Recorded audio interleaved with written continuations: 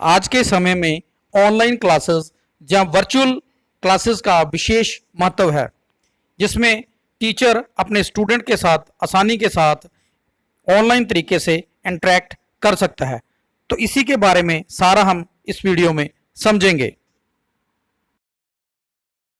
अलग अलग प्लेटफॉर्म की जानकारी इस वीडियो के एंड में मैंने दे रखी है, पर आज हम बात करेंगे गूगल क्लासरूम की।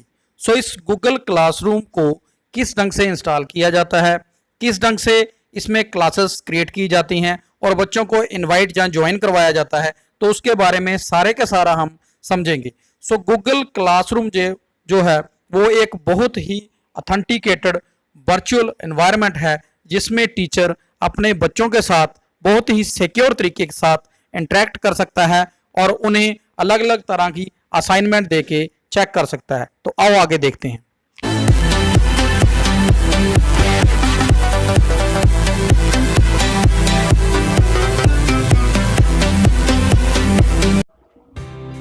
गूगल क्लासरूम हमें ऐसा वर्चुअल एनवायरनमेंट प्रोवाइड कर देता है जिसमें अध्यापक अपने बच्चों के साथ इंटरेक्ट कर सकता है, असाइनमेंट्स बना सकता है, अलग अलग तरह के लिंक्स और वीडियो उनके साथ शेयर कर सकता है और बच्चों द्वारा परफॉर्म की गई असाइनमेंट्स, पूरी की गई असाइनमेंट्स को चेक कर सकता है। तो इसके बारे में सारा का सारा हम समझेंगे। दो तरह से इसमें हम ज्वाइन कर सकते हैं। एक हम डायरेक्ट वेबसाइट के थ्रू, उसका सारा एड्रेस मैंने जो है डिस्क्रिप्शन में नीचे दे रखा है, आप उसमें से जाके देख सकते हैं। और दूसरा जो है वो हमारा है ऐप के थ्रू। जब हम इसमें अकाउंट की बात करते हैं तो हमारा पर्सनल अकाउंट हो सकता है या स्कूल का अकाउंट हो सकता है। दो तरह के ये अकाउंट हो गए।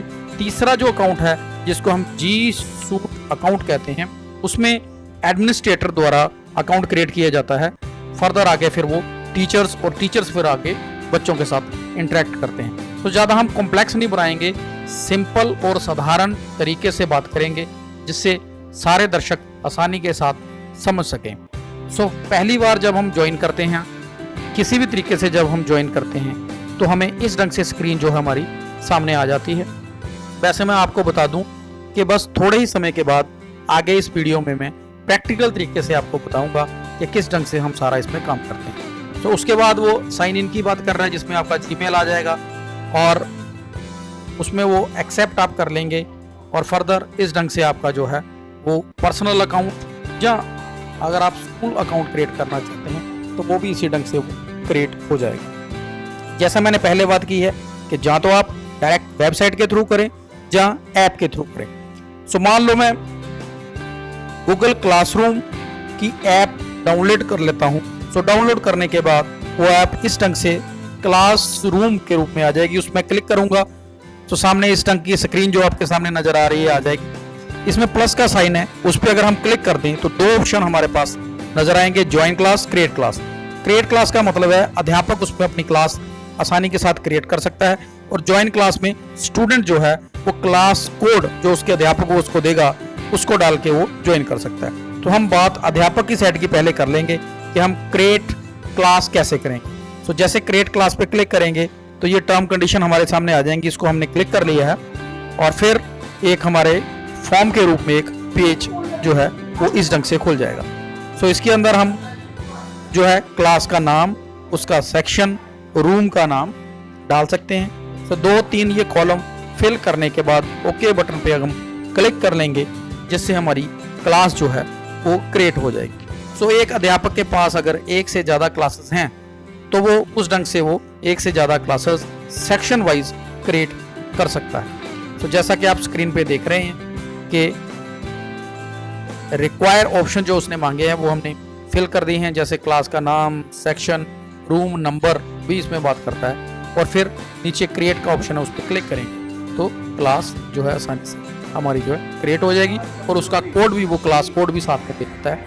यही के कोड हमने बाद में बच्चों को डिस्ट्रीब्यूट करना होता है और इसी कोड को डाल के वो ज्वाइन क्लास पे जो वो क्लिक करते हैं तो जैसे स्क्रीन पे नज़र आ रहा है और वही वाला जो कोड हमने उनको दिया है वो अध्यापक जो बच्चों को दे रखा है कोड, वही बच्चे इसमें इस स्क्रीन के ऊपर जो सामने नज़र आ रहा है उसको डालेंगे और ओके बटन पे क्लिक करेंगे। इस ढंग से वो आपकी क्लास को बच्चे जो है बड़े आराम से ज्वाइन कर सकेंगे। दूसरा हमारा तरीका है, हम बच्चों को इनवाइट भी कर सकते हैं। तो जैसे सामने नज़र आ रहा है, इनवाइट पे क्लिक करके बच्चों की एक एक करके ईमेल इसमें डाल देते हैं।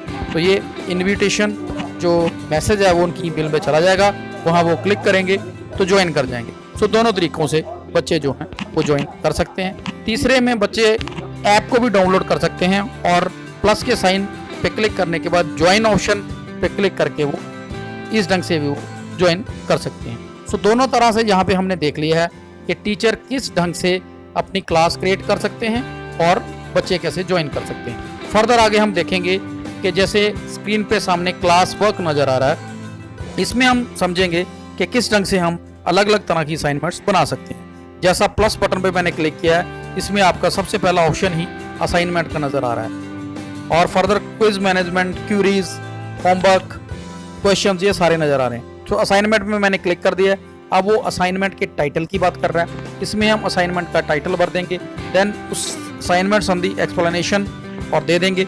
इस असाइनमेंट में हम क्या ऐड करके रखना चाहते हैं उसका भी नीचे ऑप्शन आ रहा है, वो भी हम इसमें ऐड करवा सकते हैं और इस ढंग से हमारी जो है असाइनमेंट बहुत ही आराम से तरीके से क्रिएट हो जाएगी। सो क्विज अगर क्रिएट करना चाहते हैं वो भी हम यहाँ से क्विज पे बटन पे ऑप्शन पे क्लिक करके क्विज को कोई नाम दे के और फर्दर जो उसमें ऐड का बटन है उस पर क्लिक करके हम मल्टीपल क्वेश्चन रखने हैं, शॉर्ट क्वेश्चन रखने हैं, तो किस ढंग के क्वेश्चन रखने हैं वो भी ऑप्शन इसमें सामने नज़र आ रहे हैं, वो भी हम क्लिक करके उसी ढंग से क्वेश्चन रख सकते हैं।